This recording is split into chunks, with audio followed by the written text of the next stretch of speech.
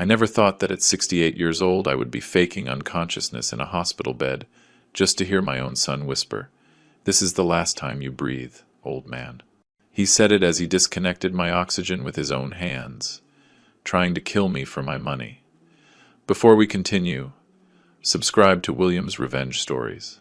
Click the notification bell, because we have new stories every single day. Leave a like and tell us in the comments what city you're watching from. My name is Michael, and what I'm about to tell you changed my perspective on family, loyalty, and the true value of the people we think we know, forever. For 68 years, I built a life I thought was solid, a thriving company, Vasquez Construction, which I built brick by brick since I was 25. A wonderful wife, Elizabeth, my faithful partner for 4 decades, and 2 children who I thought were my greatest pride. Emily, my 9-year-old daughter, was always independent and hardworking. Since she was young, she showed strong character and solid principles. She left for Chicago 15 years ago to develop her career as an architect, visiting us religiously every month and keeping in constant contact. She never asked me to borrow money, nor did she show excessive interest in the family business. Adam, on the other hand, was always different. At 42, married to Karen for 10 years, he never managed to establish himself professionally on his own. He worked sporadically at the family company, but without real commitment or responsibility. His constant job changes and failed projects worried me, although I always justified his behavior, thinking he would eventually mature. On March 10, 2024, I was admitted to Mercy General Hospital with severe pneumonia. The doctors explained that my age complicated the situation, requiring a long hospitalization and continuous supplemental oxygen. During the first few days, both Adam and Karen showed genuine concern, visiting me daily and offering constant help. However, something began to worry me. Adam's questions became strangely specific and persistent. He didn't ask so much about my health as he did about documents, bank passwords, the location of important papers, and details about my will. "Dad, where do you keep the bank documents? Is the will updated? Who has the keys to the company?" Initially, I interpreted these questions as natural concern from a son given my delicate state. I thought he wanted to be prepared to help in case of an emergency. I was even moved to see my son apparently so involved and responsible for the first time in years. But there was something in his tone, in the insistence, in the way his eyes lit up when I mentioned figures or important documents. Karen also participated actively in these conversations, making mental notes of every detail I shared. Their knowing glances, when they thought I wasn't watching, started to create a strange feeling in my stomach. Dr. Charles Johnson, my attending physician, was optimistic about my recovery, but he emphasized the importance of absolute rest and continuous oxygen. "Mr. Michael, your body is responding well to the treatment, but you must avoid any stress or shock. The oxygen is vital for your full recovery," he explained during his morning rounds. During those first few days, while I remained connected to the oxygen equipment, I began to observe the behavior of those around me more closely. Elizabeth, my wife, showed genuine motherly concern, bringing me homemade food and keeping me informed about minor matters at home. Her tears, when the doctors explained my condition, were authentic. They came from the heart. Emily called from Chicago 3 times a day, always asking for specific medical details and offering to fly out immediately if necessary. "Dad, how are your oxygen levels? Have the doctors changed the treatment? I can get on the first flight tomorrow," she would tell me, her voice breaking with distance and worry. Adam and Karen, however, seemed more interested in material aspects than my actual well-being. Their conversations systematically drifted towards financial topics, properties, and the future of the company. When they mentioned my health, it sounded rehearsed, artificial, as if they were following a social protocol rather than expressing genuine feelings. On the fourth day of my hospitalization, something definitively changed my perspective. The early morning of March 14 changed my life forever. It was approximately 3:15 a.m. when I heard stealthy footsteps approaching my room. The sedatives I had been given to help me rest kept me in a drowsy state, but my mind remained partially alert. I immediately recognized Adam's silhouette entering cautiously through the partially open door. He moved with calculated precision, as if he had rehearsed every movement beforehand. The dim light from the hallway cast unsettling shadows on his face, revealing an expression I had never seen on my son: cold, determined, completely devoid of any trace of filial love.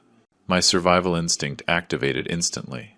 Something in his behavior alerted me to an imminent danger. I decided to keep my eyes closed and control my breathing, pretending to be deeply sedated. It was a decision that would save my life. Adam slowly approached my bed, stopping next to the oxygen equipment that kept me stable. For several seconds he remained motionless, apparently checking that I was completely unconscious. I could feel his nervous breathing, the imperceptible tremor in his hands, the tension emanating from his entire body. What happened next surpassed my worst nightmares. With deliberate and calculated movements, he began to manipulate the oxygen tube connected to my nose. First, he slightly loosened the connection, as if testing the system's resistance.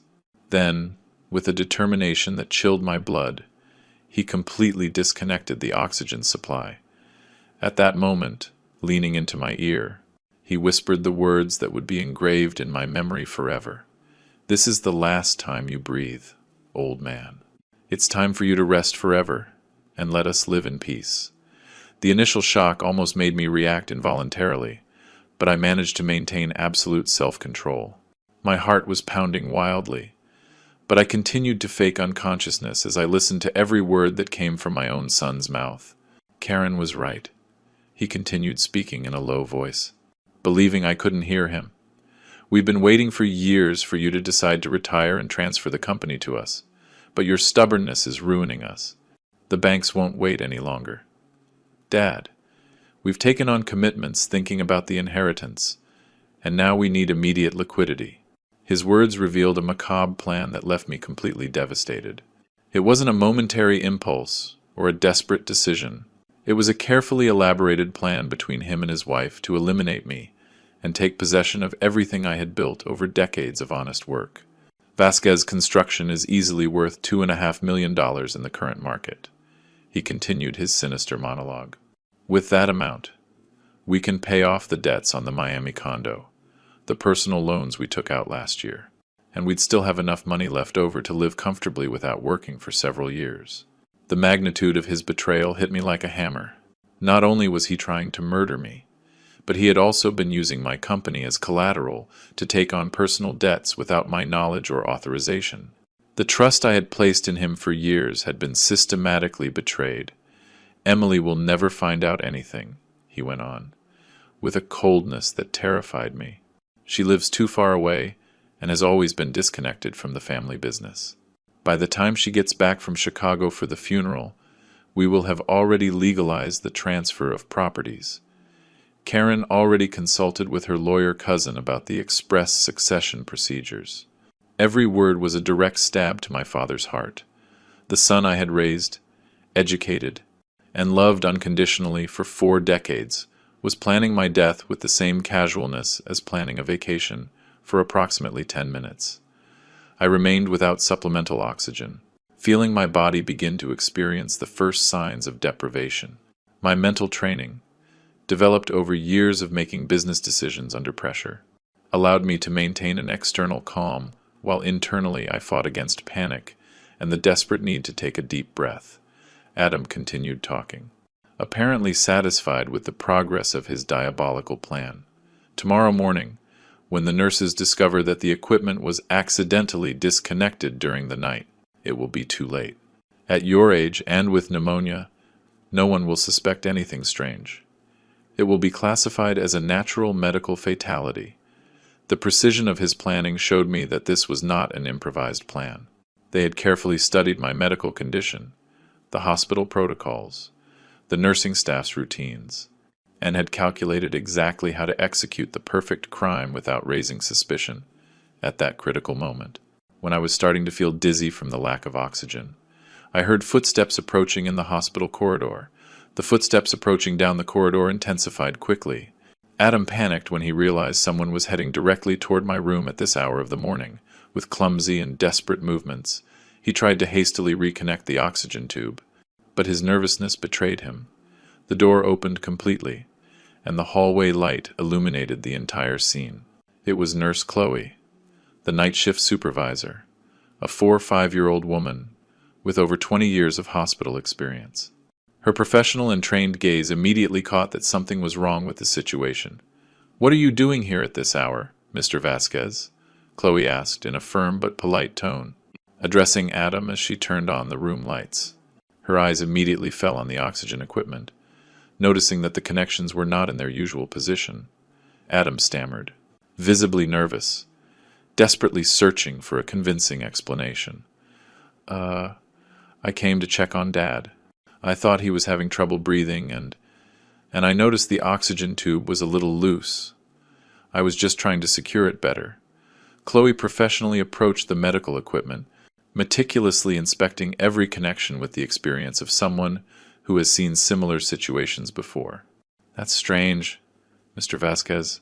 I checked this equipment myself less than 2 hours ago, during my 1:30 a.m. rounds, and everything was perfectly connected and functioning normally. The tension in the room was so thick you could cut it with a knife." Adam tried to maintain his composure, but beads of sweat began to form on his forehead. Maybe it came loose on its own. You know how this hospital equipment is. Sometimes the connections move. Meanwhile, I continued to pretend to be deeply sedated. But internally my mind was working at lightning speed, processing all the information I had heard.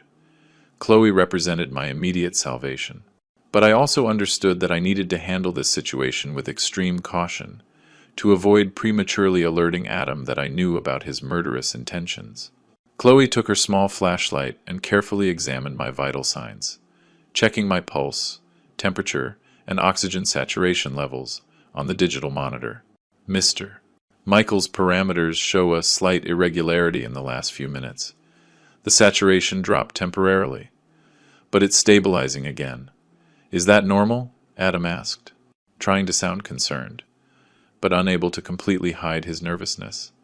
"With patients of your father's age and in his medical condition, any interruption in the oxygen supply can be potentially dangerous," Chloe explained as she meticulously noted the situation on her electronic tablet. "That's why we have strict protocols and perform constant checks every 2 hours. I discreetly watched as Chloe meticulously recorded every detail. The exact time, the state of the equipment, Adam's presence, the irregularities in my vital signs. Her professionalism and attention to detail partially reassured me, knowing that a documented trail of what happened had been left. "Mr. Vasquez, I appreciate your concern for your father, but I must remind you that visits outside of established hours require prior authorization from the medical staff," Chloe continued with diplomatic firmness. "Furthermore, any handling of medical equipment must be done exclusively by trained personnel." Adam nodded submissively, but I could perceive the frustration and anger contained in his facial expression. His perfect plan had been interrupted at the most critical moment, and now he had to retreat without having achieved his macabre objective. "Of course, nurse. I was just worried about Dad. Are you sure he is stable now?" he asked, making one last attempt to get information about my real condition. "Mr. Michael is responding adequately to the treatment. His vital signs have completely normalized, and the oxygen supply is functioning correctly," Chloe replied as she performed a final check of the equipment. "I suggest you return during the established visiting hours from 10 a.m. to 11 p.m. After Adam left in a huff, Chloe remained in the room for several more minutes, conducting a complete review of all monitoring systems. Her professional experience had taught her to trust her instincts, and something about that whole situation hadn't seemed completely normal to her. Once she confirmed we were alone, I opened my eyes slightly and whispered very softly, "Nurse Chloe." She approached immediately, surprised that I was conscious. "Mr. Michael, how do you feel? Were you awake during your son's visit? I heard everything." I confessed in a barely audible voice. I need to make an urgent phone call, but no one can know. It's a matter of life or death. Chloe looked at me with a serious expression, processing the gravity implied in my words. Her hospital experience had taught her to recognize complicated family situations, and my tone of desperate urgency confirmed to her that something very serious was happening. "What do you need me to do, Mr. Michael?" she asked with professionalism and absolute discretion. "My cell phone is in the nightstand drawer. I need to call my lawyer, James Miller. It is essential that I speak with him immediately, before my son returns tomorrow." Chloe discreetly retrieved my phone and helped me make the call. It was 4:20 inches the morning. But James was a trusted friend of more than 20 years, and I knew he would answer a genuine emergency no matter the hour. "Michael, what's wrong? Are you okay?" James answered with a worried voice after the third ring. "James, I need to see you urgently at the hospital. It's a legal and personal emergency that I can't explain over the phone. Can you come right now?" "Of course, Michael. I'll be there in 40 minutes. Max. Do you need me to bring any specific documents?"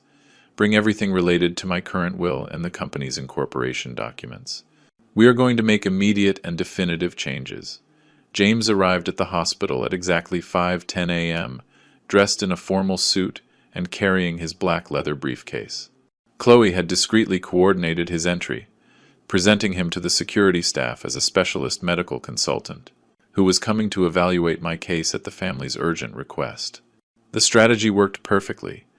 In hospitals like Mercy General, emergency medical consultations at any hour are completely normal, especially for elderly patients with respiratory complications. James had even brought a white doctor's coat that he used as a convincing disguise. "Michael, explain to me exactly what happened," James said, once Chloe left us alone, securing the door and keeping a discreet watch from the outside. I recounted every detail of the traumatic experience: Adam's stealthy entry, the deliberate disconnection of the oxygen, his confessions about prearranged plans with Karen, the debts incurred, using my company as collateral without authorization, and his calculated coldness in planning my murder as a financial solution. James listened with an increasingly grave expression, taking detailed notes in his legal pad. His experience as a lawyer specializing in family and probate law allowed him to immediately grasp the legal and personal implications of the entire situation. "Michael, this constitutes attempted premeditated murder," he explained with absolute seriousness. "But before taking any legal action, we must protect your assets immediately. If Adam has incurred debts using the company as collateral, they could seize assets at any time. That's exactly why I called you. James, I need to completely change my will this very morning. Adam must be totally excluded from any inheritance, and Emily must receive all my assets and the company." James opened his briefcase and took out several legal documents, along with his laptop. "I have your current will here, dated September 2021, where you established an equal distribution between Adam and Emily. Are you completely sure you want to remove him entirely?" "This decision will be irreversible." "Absolutely sure," I replied without any hesitation. "A son who tries to murder his own father for money doesn't deserve a single dollar of what I've built my entire life. Emily has always shown integrity, independence, and solid values.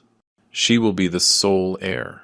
Over the next hour, James meticulously drafted the new will with precise legal specifications.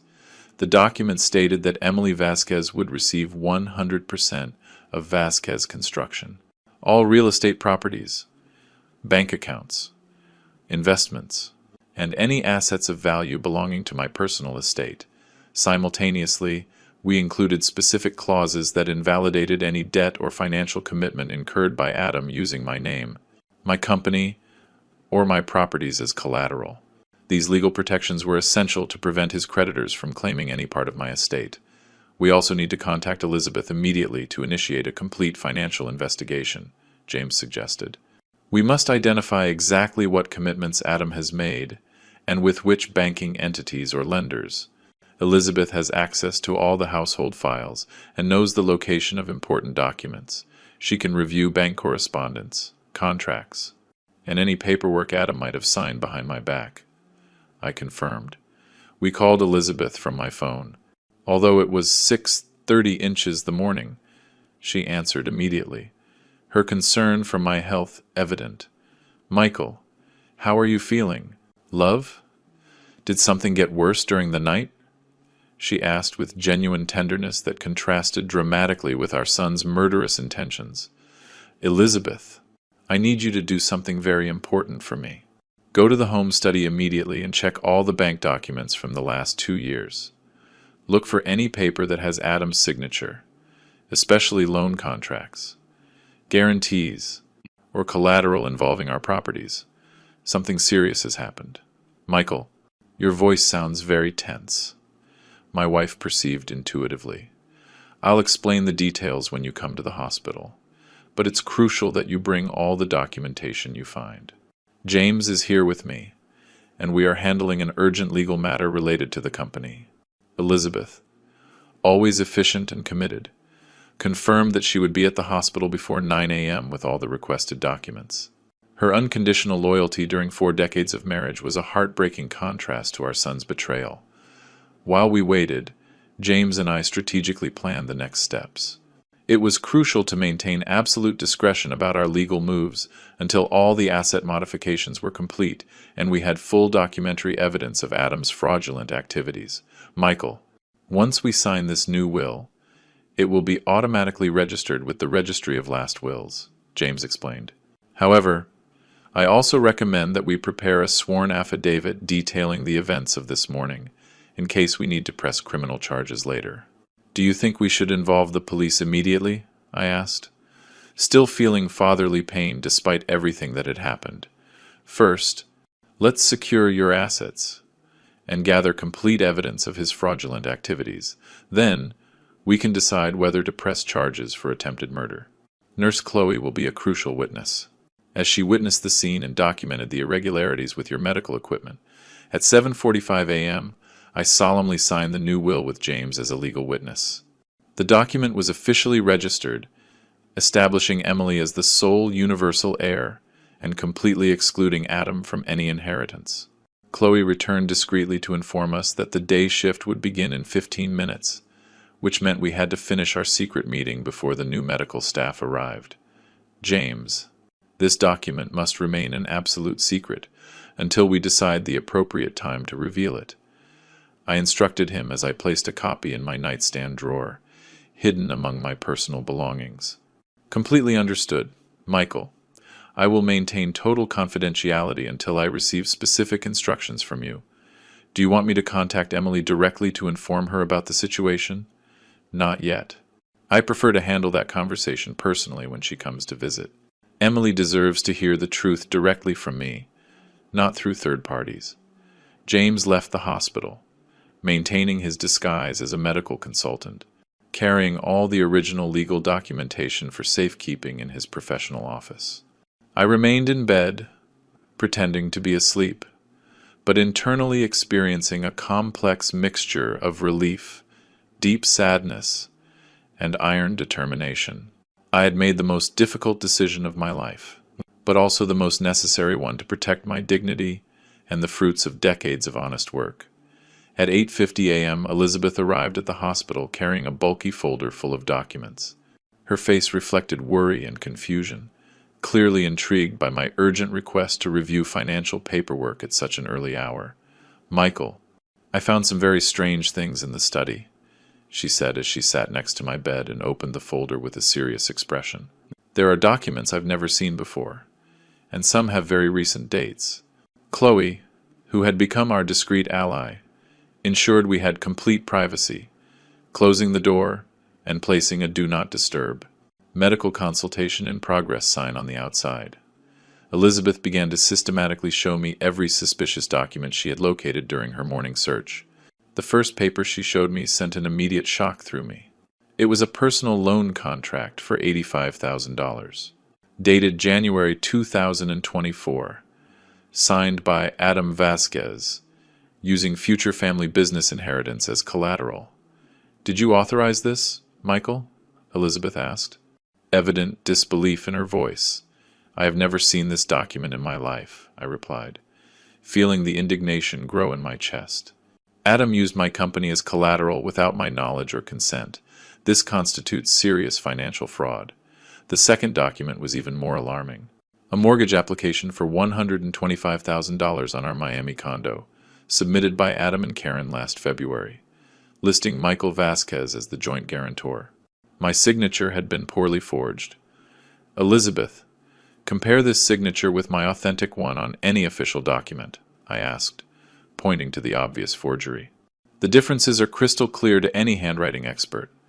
We continued reviewing the rest of the documentation. There were receipts for payments to private lenders, invoices for luxury items bought on credit, and even a preliminary sales contract for the Miami condo for $380,000, stating that the transaction would be completed once the inheritance succession was formalized. Michael, according to these papers, Adam and Karen have taken on total debts of over $180,000 in the last 6 months, Elizabeth calculated, mentally adding up all the figures, and it's all backed by properties that technically still belong to us. The magnitude of the financial betrayal left me temporarily speechless. Not only had they planned my murder, but they had also been meticulously preparing the plunder of my estate for months, forging my signature and compromising family properties without legal authorization. At that critical moment, Dr. Charles Johnson entered to make his morning medical round. His expression changed immediately upon seeing the folder of documents spread across my bed and the obvious tension in the air. "Good morning, Mr. Michael. How are you feeling this morning? I see you have an early visitor," he commented as he reviewed my clinical history on his tablet.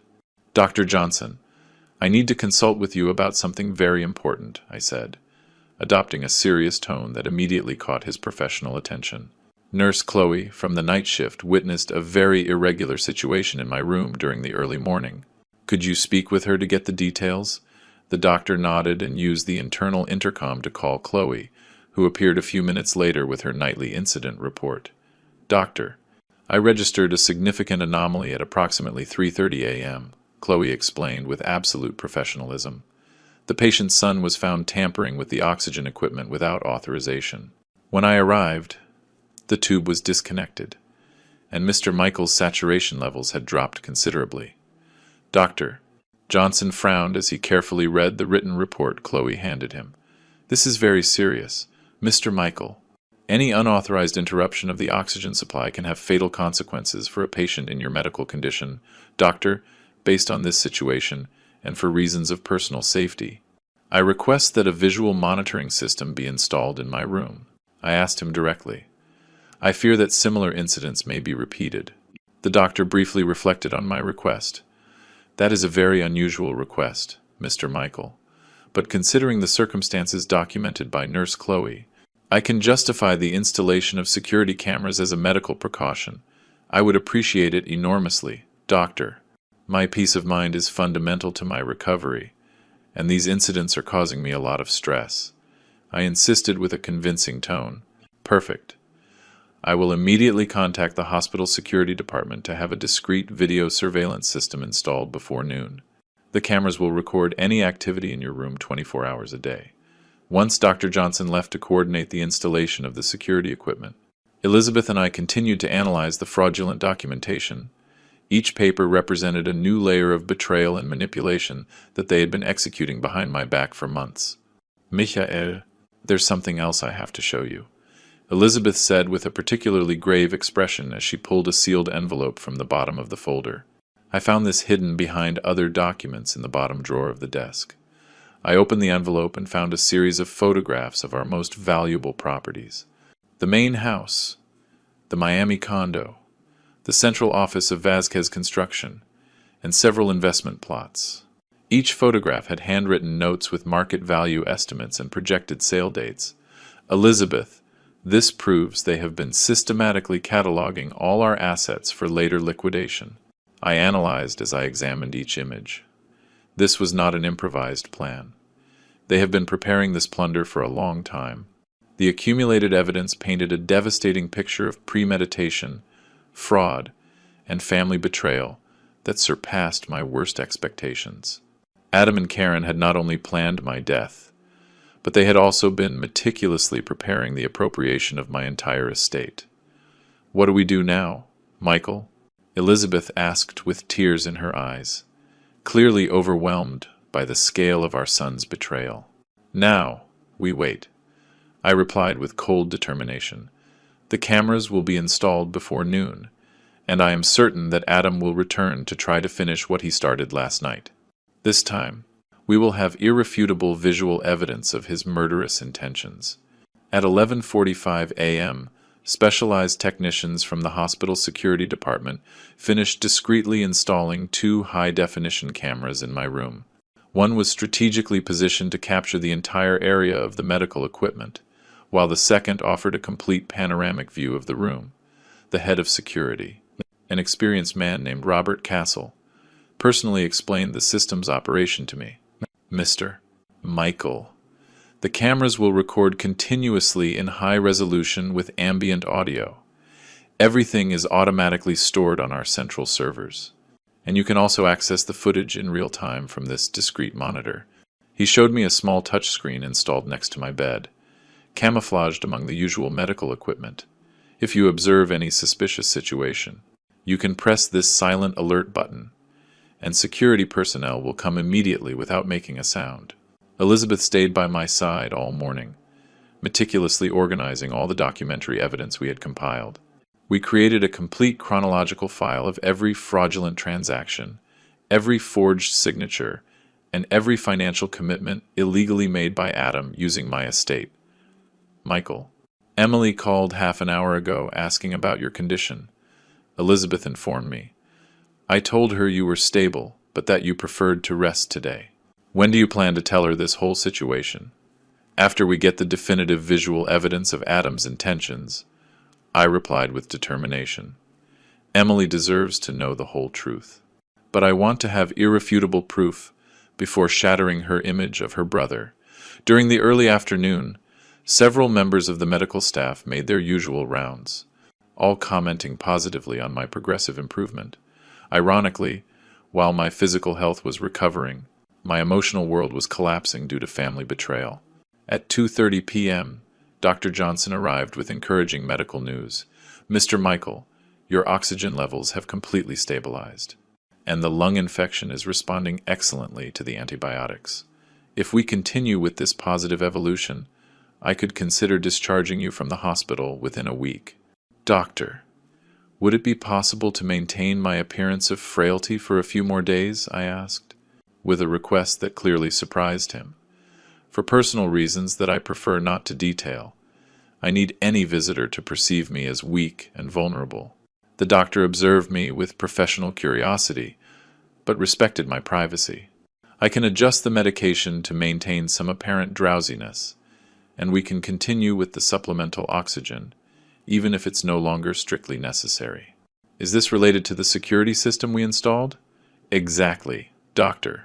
I appreciate your understanding and absolute discretion," I confirmed, feeling relieved to have a medical ally who understood the gravity of my situation without asking unnecessary questions. Elizabeth temporarily went home to prepare food and bring clean clothes, but before she left, we arranged discreet signals to communicate during critical moments. If something serious happened, she would return immediately. March 16 dawned with a palpable tension in the air.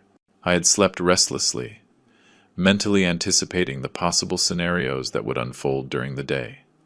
The cameras had recorded a quiet night, but my instinct told me that Adam would return soon to complete his macabre plan. At 10:15 a.m., exactly as I had anticipated, Adam appeared at the door of my room. He was carrying fresh flowers and an expression of feigned concern that I could now clearly identify as a calculated performance. "Good morning, Dad. How are you feeling today?" he asked, as he placed the flowers in a vase by the window. His behavior seemed completely normal to any outside observer.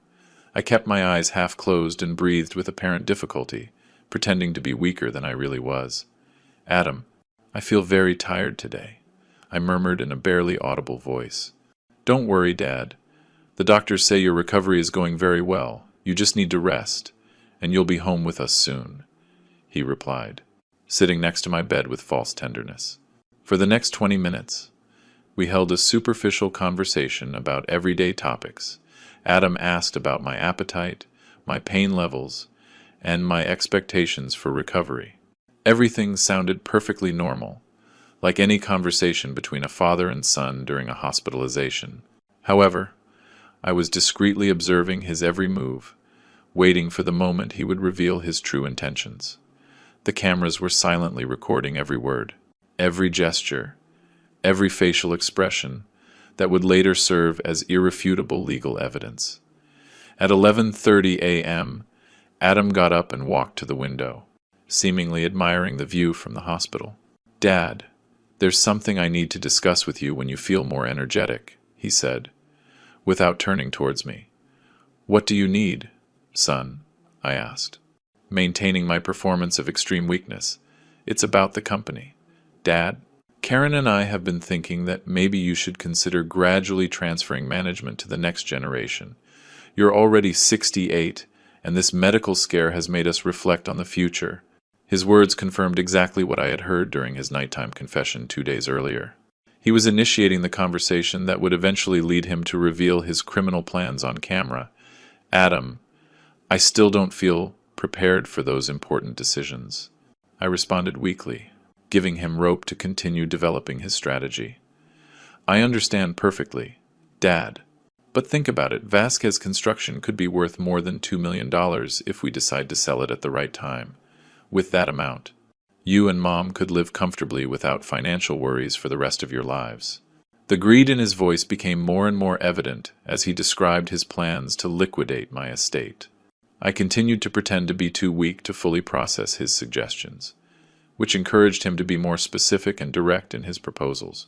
"Besides, Dad, Emily lives in Chicago and clearly has no interest in the family business. It would be more practical for Karen and me to take care of all the administrative and legal aspects," he added as he returned to sit next to my bed. It was exactly the opening I had been waiting for. "Adam, I think I need to rest a little more," I murmured, closing my eyes completely and relaxing my whole body to simulate that I had fallen into a deep sleep due to exhaustion. My performance worked perfectly. Adam remained silent for several minutes, watching me, apparently verifying that I was completely unconscious. I could feel his breath approaching my face, probably checking the depth of my supposed unconsciousness. Once convinced that I was totally vulnerable, his behavior changed drastically. His voice took on the same cold, calculating tone I had heard in the early morning of March 14. "Perfect, you stubborn old man," he muttered to himself as he headed back towards the oxygen equipment. "This time there will be no inconvenient interruptions from meddling nurses." The security cameras meticulously captured his every move as he carefully inspected the oxygen tube. This time, however, his approach was much more cautious and systematic than his first attempt. 2 days wasted thanks to that damn nurse." He continued speaking in a low voice, clearly believing I couldn't hear him. "But now I have enough time to do this correctly, and without leaving any suspicious evidence." He began by slowly disconnecting the main tube from the oxygen supply. But this time he also manipulated the monitor controls so that the alarms would not activate immediately. His technical knowledge surprised me and made me realize that he had carefully studied the functioning of the medical equipment. Karen was right when she said we needed a more sophisticated plan, he confessed as he continued to manipulate the monitoring systems. "The $180,000 we owe can't wait any longer. The private lenders will start seizing properties next week if we don't make the full payment." His words confirmed the exact figures that Elizabeth and I had calculated based on the fraudulent documentation found at home. But now I was hearing directly from his mouth confirmation that they had used illegal lenders, which complicated the financial situation even further.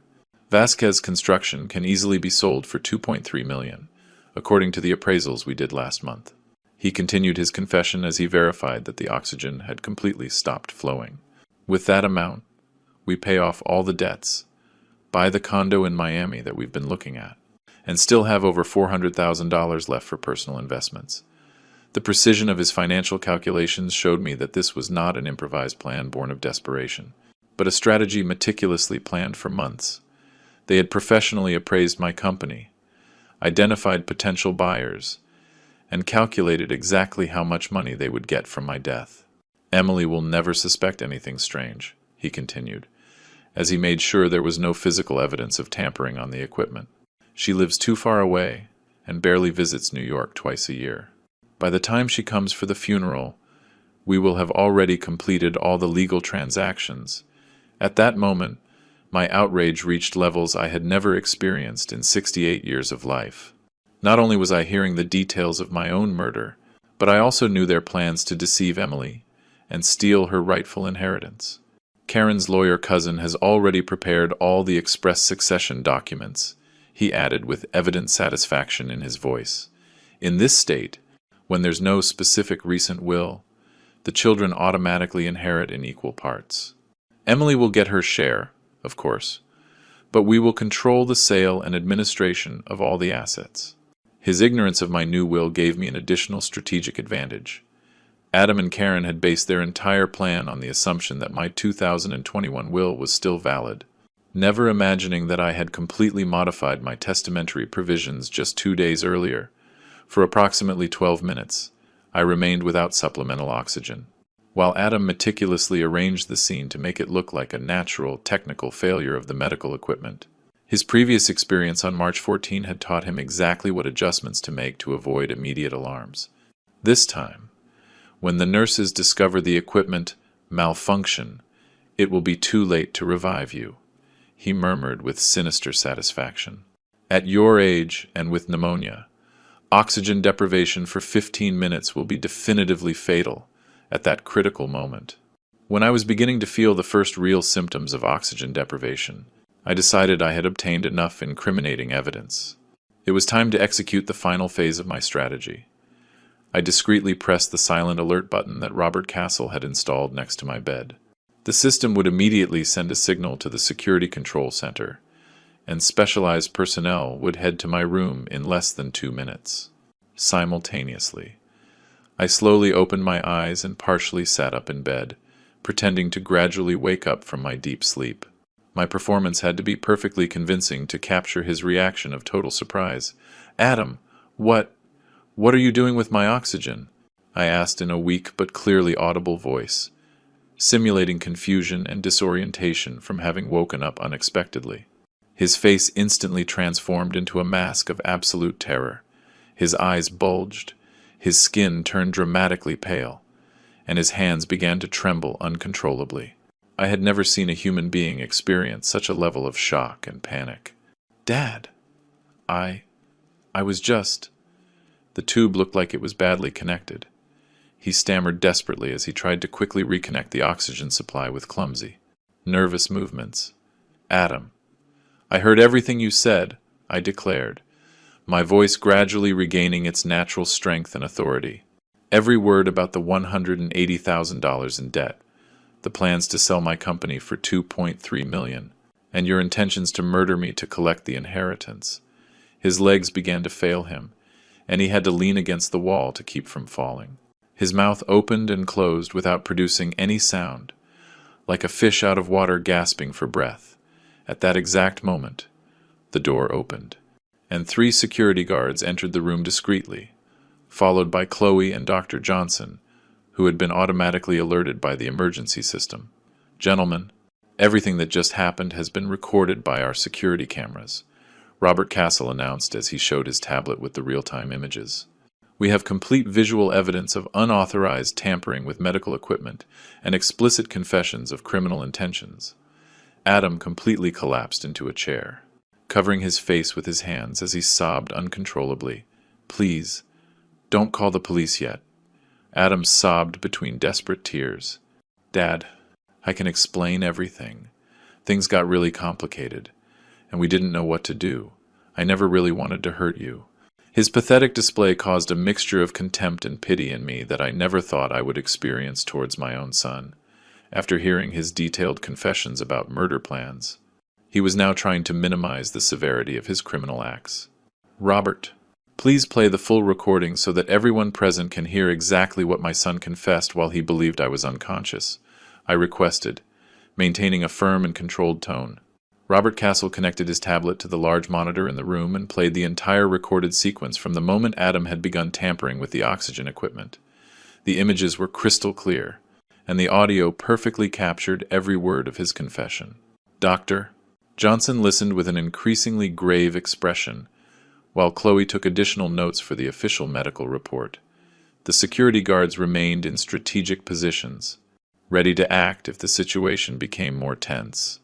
"Mr. Michael, according to these recordings, your son not only deliberately attempted to interrupt your oxygen supply, but also explicitly confessed intentions to cause your death for financial gain," Robert declared with absolute professionalism.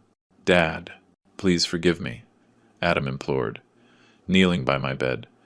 "We're desperate because of the debts. The lenders threatened to hurt us physically if we don't pay this week. We couldn't find any other solution. Adam, incurring $180,000 in debt using my company and my properties as collateral without my authorization already constitutes serious financial fraud." I responded with absolute coldness. "But planning my murder as a solution to your financial problems crosses every imaginable line." At that moment, James Miller appeared at the doorway. I had called him discreetly the night before, and we had agreed that he would arrive at exactly this time with all the legal documents necessary for the final confrontation. "Good morning, Michael. I see the situation has developed as we anticipated," James said as he entered, carrying his leather briefcase and observing the scene with a serious but controlled expression. Adam immediately recognized our family lawyer, and his face turned even paler, intuitively understanding that James's presence meant additional legal complications for him. "James, please show Adam the document we officially registered on March 15, 2024.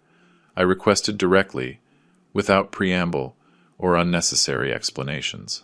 James took a folder from his briefcase and handed a certified copy of the new will to Adam, who received it with trembling hands. His eyes quickly scanned the document, his expression shifting from initial shock to absolute horror. This can't be real," he murmured, reading the clauses that completely excluded him from any inheritance. "Dad, you can't do this. I'm your son. You were my son, until the moment you decided to become my potential murderer," I retorted with a firmness that surprised even those who knew me well. "This will states that Emily Vasquez will receive the entirety of Vasquez Construction, all real estate properties, bank accounts, and any asset of value belonging to my estate." Adam began to hyperventilate as he absorbed the full implications of his new reality. Not only had he lost any hope of an inheritance, but he also faced criminal charges for attempted murder and financial fraud. Furthermore, Adam, this will include specific clauses that invalidate any debt incurred using my name, my company, or my properties as collateral without explicit written authorization," James added with an implacable professional tone. "That means the $180,000 you owe to private lenders is entirely your personal responsibility. My estate is completely protected from any claims by your creditors," I continued, explaining the legal consequences of his fraudulent actions. Karen chose that exact moment to make her dramatic entrance into the room, apparently alerted by someone about the critical situation unfolding. Her face reflected a mixture of fury and desperation that made her seem completely unhinged. "What is going on here?" she shouted, aggressively addressing me. "Why are there security guards? And why is Adam crying? Karen, your husband has just been caught trying to murder me for the second time, to collect an inheritance that no longer exists," I explained with absolute calm, secretly enjoying her reaction of total disbelief. Robert played the recordings again for Karen's benefit, who listened with growing horror to Adam's detailed confessions about their criminal plans and the fraudulent debts. "This is a trap!" Karen shrieked when she finished listening to the evidence. "You've manipulated these recordings to frame Adam." "My father-in-law has always been manipulative and controlling. Ma'am, these recordings were made by professional hospital security equipment with full legal certification," Robert intervened, showing the technical metadata that guaranteed the image's authenticity. "Any forensic expert will confirm that they have not been altered or manipulated." Chloe added her professional testimony. "Furthermore, I personally witnessed the first attempt to tamper with the oxygen equipment during the early morning of March 14. Everything is documented in my official reports. Karen turned to Adam, desperately looking for some explanation that could minimize the gravity of the situation, but he remained paralyzed by shock and the realization that his life had changed irreversibly. Adam, say something. Explain to them that this is a misunderstanding, she pleaded, shaking him by the shoulders. There's nothing to explain, Karen, Adam responded in a broken voice. We planned it together. We needed the money. And we thought no one would ever find out. His final confession eliminated any possibility of denial or later manipulation. Both of them had been completely exposed, with irrefutable evidence of their criminal intentions and fraudulent activities. James, proceed with the necessary legal steps to completely protect my assets, I instructed, as I watched the couple I had considered family fall apart before my eyes. I have already prepared the complaints for attempted murder, document fraud, and use of forged documents, James confirmed. I have also contacted an economic crimes specialist to recover any assets they may have illegally transferred. Justice, finally, was beginning to manifest. Karen's reaction was explosive and completely predictable. She lunged towards my bed, screaming incoherent accusations, while the security guards professionally intercepted her before she could physically reach me. "You're a monster!" she bellowed with uncontrolled fury. "Adam is your son. How can you destroy your own family for money? Everything we've done has been out of desperation, not malice." Her hypocrisy was nauseating to me. After meticulously planning my murder and committing fraud for months, she was now trying to present herself as a victim of desperate circumstances. Karen, the $180,000 you owe didn't magically appear overnight, I responded, maintaining a calm tone that contrasted dramatically with her hysteria.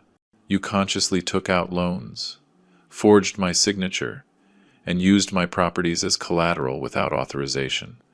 That requires deliberate planning, not impulsive desperation.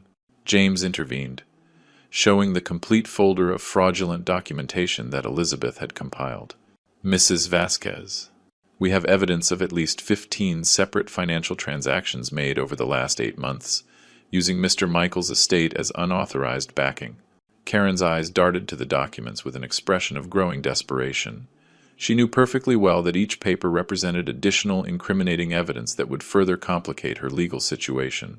Furthermore, James continued relentlessly, we have located photographs of family properties with handwritten notations of market valuations and projected sale dates, all in your husband's own handwriting. Adam finally lifted his head, his eyes red from crying, and looked directly at Karen. We can't deny anything anymore, Karen. It's all documented and recorded. We've completely lost. Shut up, Adam, his wife screamed at him. Don't say anything else without a lawyer present. It was too late for legal defense strategies. The evidence was overwhelmingly clear, and the recorded confessions eliminated any possibility of arguing innocence or mitigating circumstances. At that moment of maximum tension, Emily suddenly appeared in the doorway. She had taken the first flight from Chicago after Elizabeth called her that morning, partially explaining the gravity of the family situation. Dad, what is happening here? Emily asked with a confused expression as she took in the scene. Security guards, lawyers, recording equipment, and her family members in a state of total emotional collapse. Emily, sit down, please. You need to hear something that will forever change your perspective on your brother, I said, indicating a chair far from the chaos surrounding Adam and Karen. Robert played the complete recordings again for Emily's benefit, who listened in absolute silence to Adam's detailed confessions about his plans for murder and asset appropriation. Her face gradually transitioned from initial shock to horror, then to disbelief, and finally to a deep sadness that broke my heart. Adam, did you really plan to kill Dad? For money? She asked him directly, her voice breaking with emotion. Her brother couldn't hold her gaze and hung his head in shame. Emily, things got very complicated. We owed money to dangerous people. We didn't see any other way out. And where did I fit into your plans? Emily continued, with a firmness that made me deeply proud. According to what I heard on those recordings, you planned to deceive me about the circumstances of Dad's death and manipulate the inheritance. Karen tried to interrupt with more desperate justifications, but Emily silenced her with an authoritative gesture that demonstrated the strong character I had always admired in her. I don't want to hear explanations from you, Karen. You were involved in a plan to murder my father. There is no possible justification for that, Emily declared, with an emotional maturity that far exceeded that of people much older. Emily, your father changed his will to completely exclude Adam and leave you as the sole universal heir, James informed her, handing her a copy of the legal document. Emily carefully read the will with a serious expression, mentally processing the implications of the decisions I had made over the last few days. Dad, I completely understand why you made this decision, she finally said, as she approached my bed and took my hand with genuine tenderness. No one should have to face betrayal of this magnitude from their own family. Her unconditional support gave me a sense of emotional relief that I had been desperately needing since this whole nightmare began. Adam, Karen, I want you to leave this hospital immediately and not come near Dad ever again, Emily ordered, with a natural authority that commanded instant respect.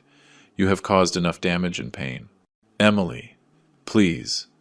We're family, Karen pleaded, making one last desperate attempt at emotional manipulation. Family doesn't plan murders for money, Emily replied with absolute coldness.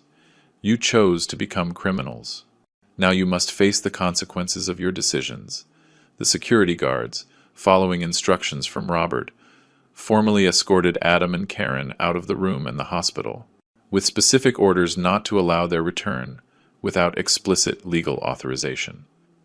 Dr. Johnson, I wanted on official medical record that Adam Vasquez and Karen Vasquez are prohibited from accessing this room and any information about my health status. I formally requested, completely understood, Mr. Michael. I will immediately update your clinical history with these access restrictions, the doctor confirmed, taking notes on his tablet. Once the room quieted down and we were left alone, Emily, James, Elizabeth, and I could finally take a deep breath and feel that I had regained complete control of my life and my estate. Dad, I am so sorry you had to go through this traumatic experience, Emily said to me, with tears in her eyes. I never suspected Adam was capable of something like this. Emily, neither you nor anyone could have anticipated this betrayal. Adam and Karen made conscious decisions that led them down a criminal path. You have no responsibility for their actions. What will happen to them now? She asked, with natural curiosity about the legal consequences her former family members would face. James will file criminal charges for attempted murder and document fraud, I explained. Furthermore, their private creditors will begin seizure proceedings when they discover they won't have access to my estate to settle their debts. Justice, finally, would take its natural course. 3 weeks later, on April 8th, I was discharged from the hospital fully recovered. The pneumonia had been successfully overcome, and ironically, all the emotional stress of the family betrayal had not negatively affected my physical recovery. Emily had remained in New York during that entire period, working remotely from Chicago and coordinating with James on all legal aspects related to the asset transfer and the judicial proceedings against Adam and Karen. Dad, I've been reviewing all the accounting books for Vasquez Construction in detail, Emily informed me as she organized documents on the dining room table of our family home. The company is in excellent financial shape, but I think we should consider diversifying the investments to better protect the assets. Her professional ability and strategic vision impressed me deeply. For years, I had underestimated her interest and competence in the family business, wrongly assuming that her independent career in Chicago meant a total disconnect from our business affairs. Emily, would you be interested in gradually taking over the direct management of the company? I asked her directly, feeling genuine curiosity about her future professional aspirations. Honestly, Dad, I think it would be more beneficial to sell Vasquez Construction to serious buyers and reinvest the capital in more modern, diversified sectors, she replied, with a business perspective that surprised me with its maturity and foresight. Her suggestion made solid economic sense. At 68, I no longer had the energy or the motivation to continue actively managing a construction company, especially after discovering that my planned heir had been illegally using the company to secure fraudulent loans. "Have you identified potential buyers?" I asked, interested in exploring that possibility. James connected me with 3 investment groups specializing in acquisitions of established construction companies. According to preliminary valuations, Vasquez Construction could be sold for approximately $2.4 million, considering our project history, stable clients, and real estate assets. The figure coincided almost exactly with the estimates Adam had mentioned during his recorded confessions, which added a bitter irony to the whole situation. He had correctly calculated the company's market value, but he would never receive a single dollar from that transaction during those weeks of recovery. James kept us informed about the development of the legal proceedings against Adam and Karen. The charges for attempted murder had been formally filed with the district attorney's office, supported by irrefutable video evidence and professional testimonies from the hospital staff. "Michael, in addition to the criminal charges, we have initiated civil actions to recover any assets they may have transferred using falsified documents," James explained during one of his weekly visits. "Although we probably won't recover much money, it's important to set legal precedents that protect your estate." "Have they tried to contact you directly or through intermediaries?" I asked, curious about their reactions to facing the real consequences of their criminal actions.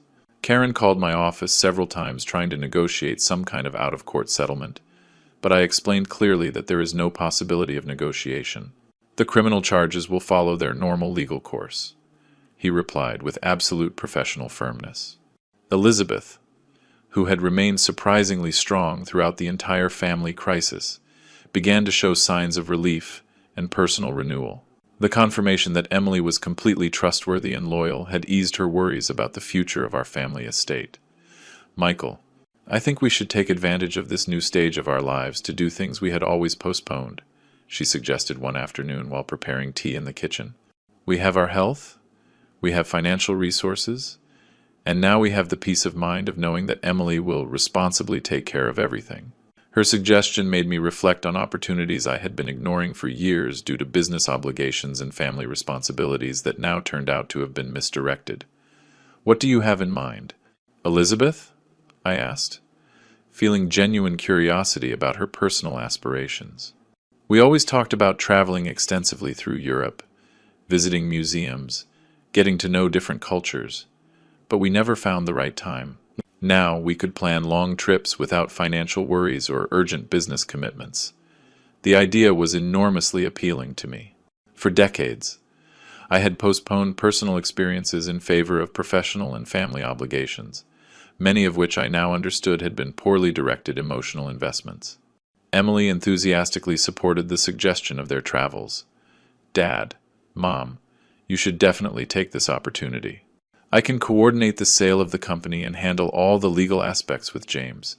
You deserve to enjoy this new stage without administrative worries."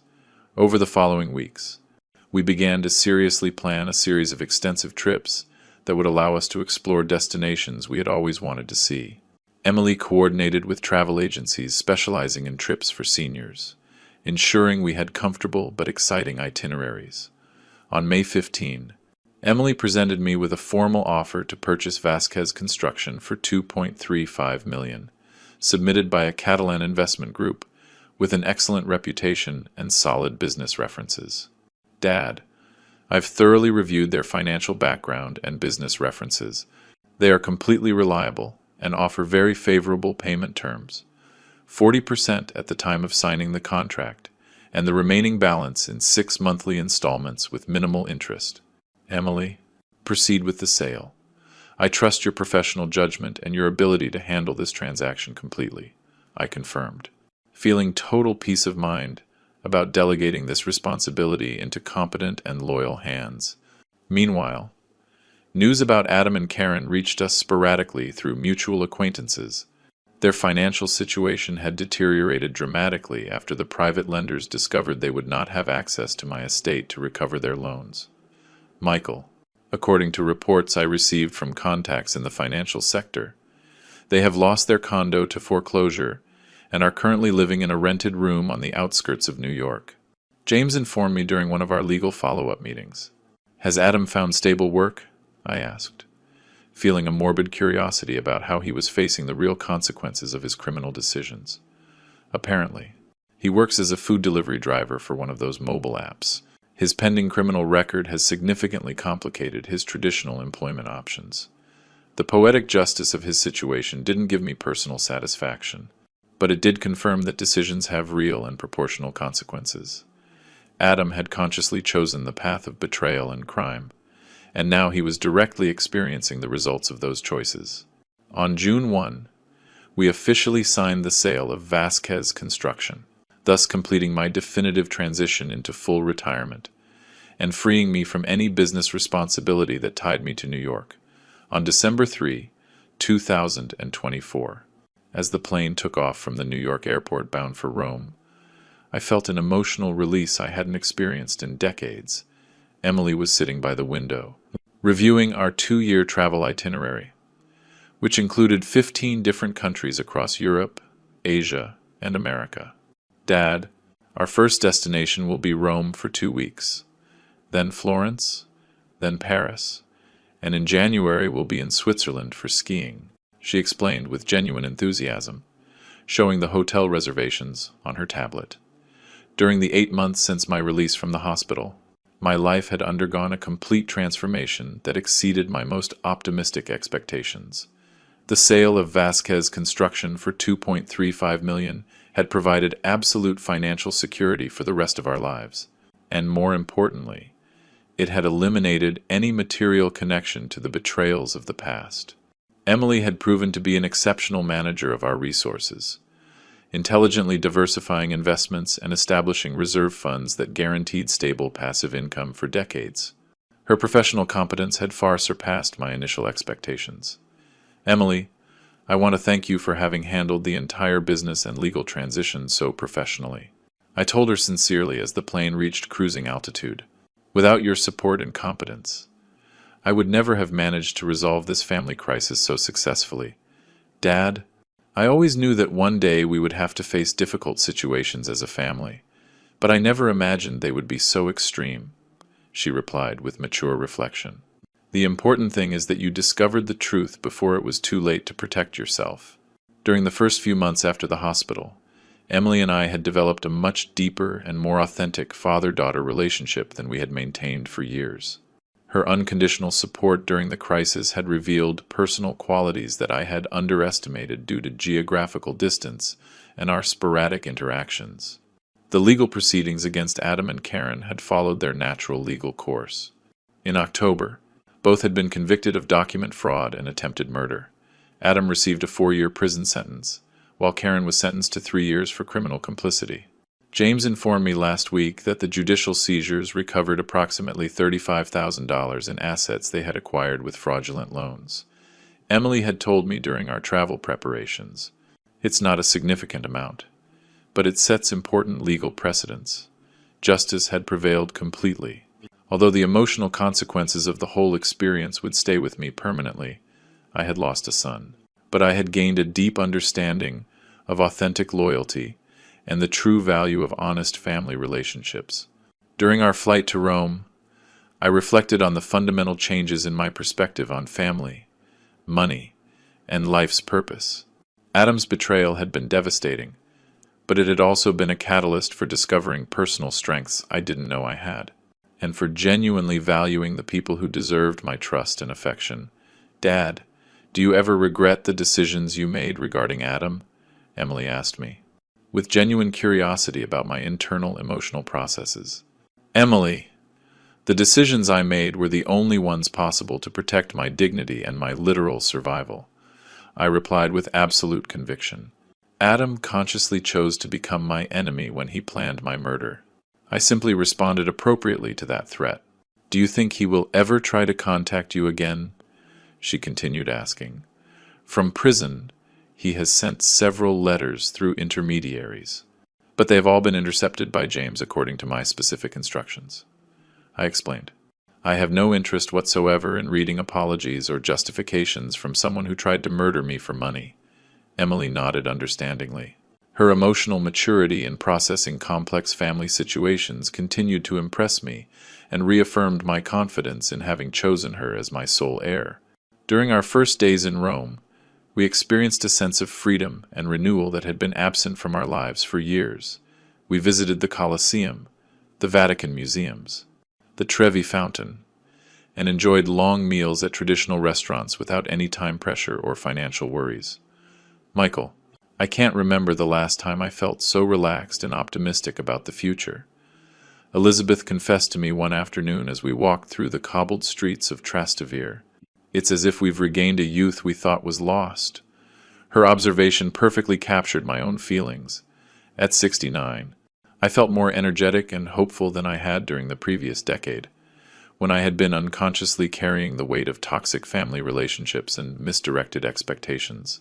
Emily had coordinated our itinerary to include enriching cultural experiences, gastronomic adventures, and enough free time for rest and personal reflection. Her meticulous planning allowed us to enjoy each destination without logistical stress or administrative worries during the nights in luxurious hotels.